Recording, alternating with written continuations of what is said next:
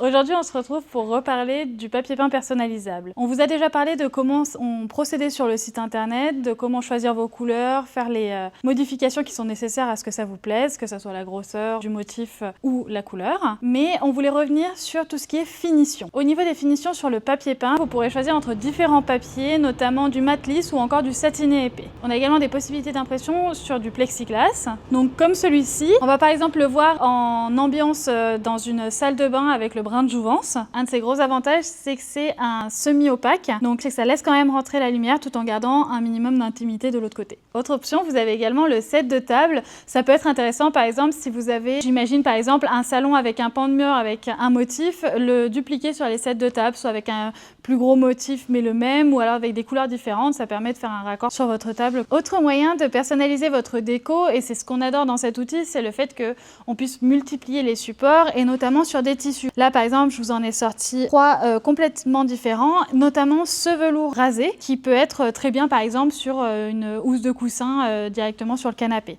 En tout cas, je vous laisse aller essayer par vous-même. Je mets le lien directement soit en bio, soit dans la description, pour que vous puissiez aller tester par vous-même l'outil, et je vous laisse imaginer votre future déco.